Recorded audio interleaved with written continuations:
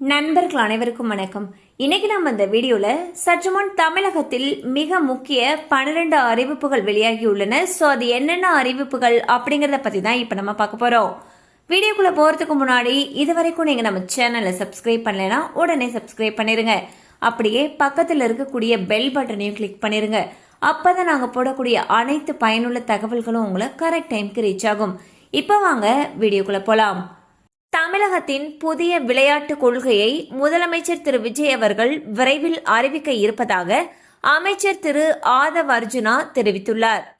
சென்னையின் மின் நுகர்வு வரலாற்றில் இல்லாத அளவு அதிகரித்திருப்பதாக தமிழ்நாடு மின்சாரத்துறை தெரிவித்துள்ளது. சென்னையில் நேற்று ஒரே நாளில் மட்டும் 5008 மெகாவாட் மின்சாரம் நுகரப்பட்டுள்ளது.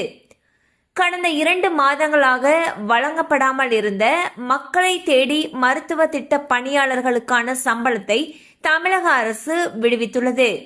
சட்டப்பேரவை கூட்டத்தொடரில் உரையாற்ற கவர்னர் திரு அர்லேக்கரை நேரில் சந்தித்து சபாநாயகர் திரு ஜே.சி.டி. பிரபாகர் அவர்கள் முறைப்படி அழைப்பு விடுத்தார்.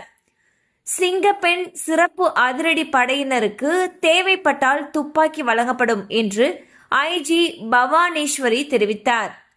சட்டப்பேரவையில் நீட்டுக்கு எதிராக தீர்மானம் கொண்டுவரப்படும் என்று அமைச்சர் திரு அருண்ராஜ் அவர்கள் தெரிவித்துள்ளார்.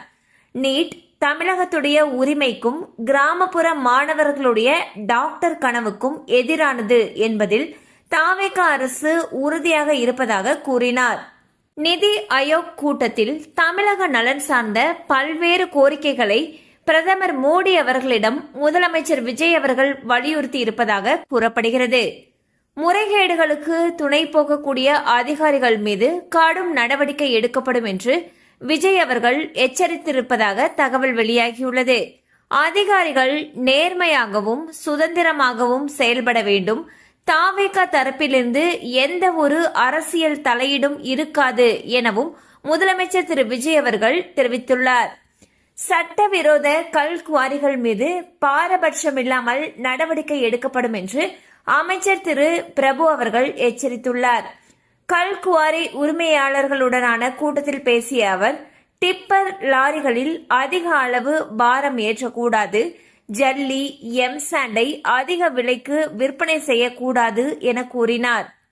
அரசு மருத்துவமனைகளில் ஓபி சீட்டு பெறுவதற்காக புதிய செயலி உருவாக்கப்படும் என்று அமைச்சர் திரு அருண்ராஜ் அவர்கள் தெரிவித்துள்ளார்.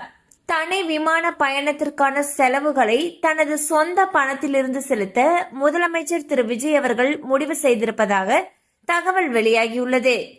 சென்னை மாநகராட்சி டாக்டர் நர்சுகளுக்கு மே மாத ஊதியத்தை உடனடியாக வழங்க வேண்டும் என்று அன்புமணி அவர்கள் வலியுறுத்தியுள்ளார்.